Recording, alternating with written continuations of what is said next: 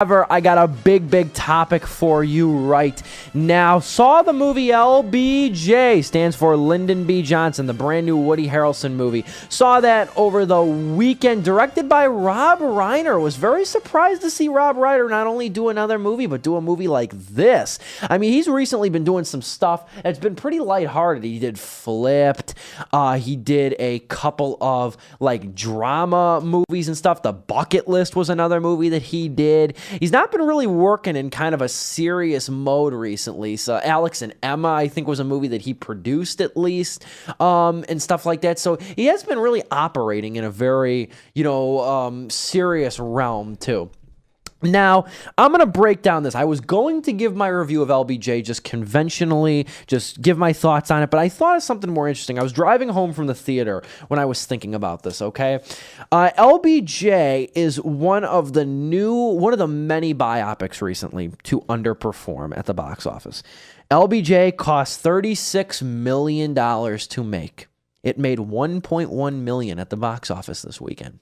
$1.1 million, that's it.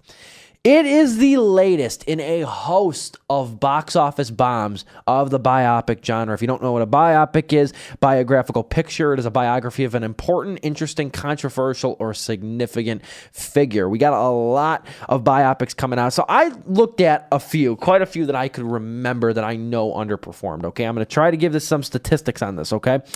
We had recently, at least this year and last, I'll focus on the last 2 years to keep it recent. The Founder, biopic of Ray Kroc, opening weekend, $3 million.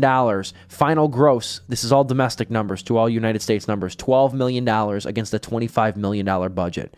Oliver Stone made Snowden on the famous NSA whistleblower, Edward Snowden. Grossed $8 million opening weekend, finished with $21 million, $40 million budget.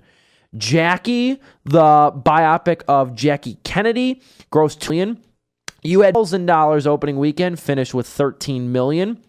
You had Birth of a Nation. Remember that movie, the Nat Turner movie, directed by Nate Parker? That was supposed to be that breakout movie. Only cost $8.5 million to make, but was the biggest acquisition at Sundance that year with $16 million acquisition. Fox Searchlight Pictures picked that one up.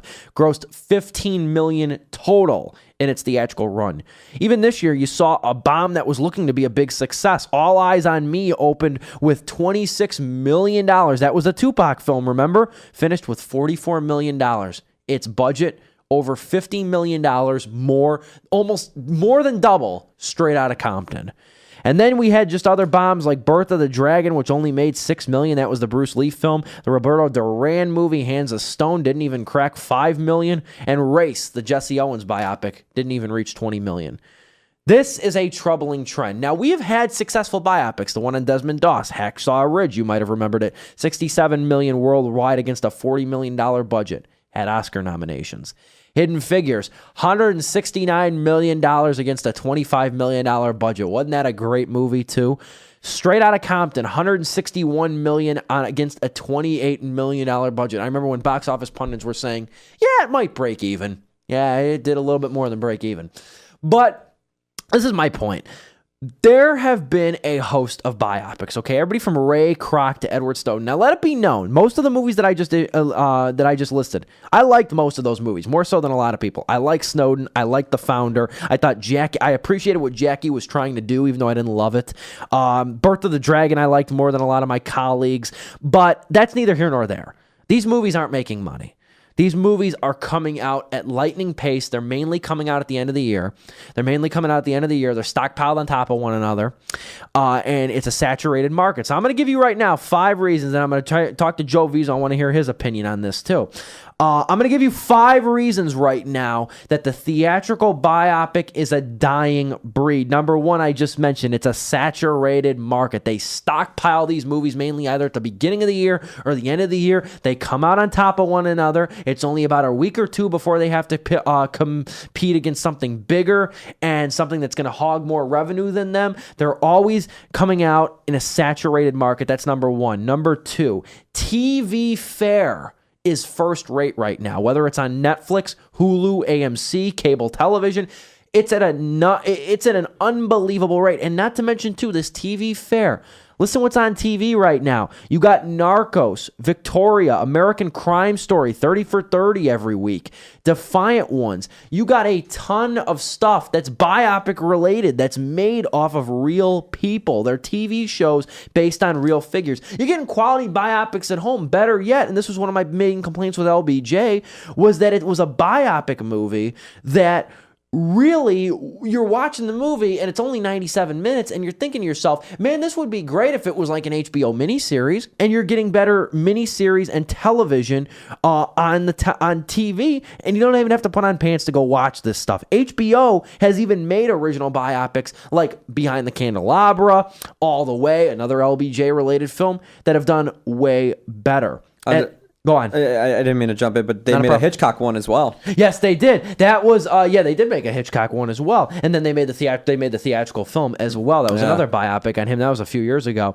Anyway, continuing on, number 3 reason that theatrical biopic is dying, in my belief, they bank on awards consideration but don't often get it. We know the term Oscar bait. You could theoretically call Jackie, the Founder, Race, LBJ. You could theoretically call these movies Oscar bait, movies that are pining for the Academy Awards nominations. And here's the problem.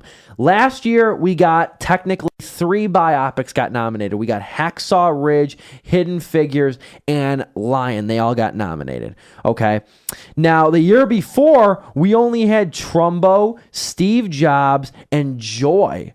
Those were the biggest movies of the year. Those were the biggest biopics of the Oscars, and those were actor nominations. Those weren't Best Picture nominations, and they didn't even win in their respective categories.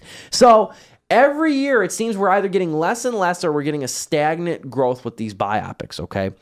Number 4 is that these are very specialized, and they were at one point very successful. There was a time when you could release a movie on M&M, 8 Mile.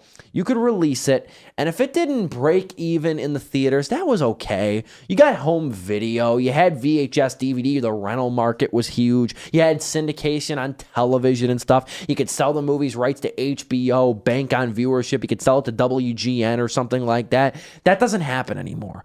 We do not have the home video market as a savior. So if a biopic bombs, this goes for any movie, but it's mainly prevalent with biopics.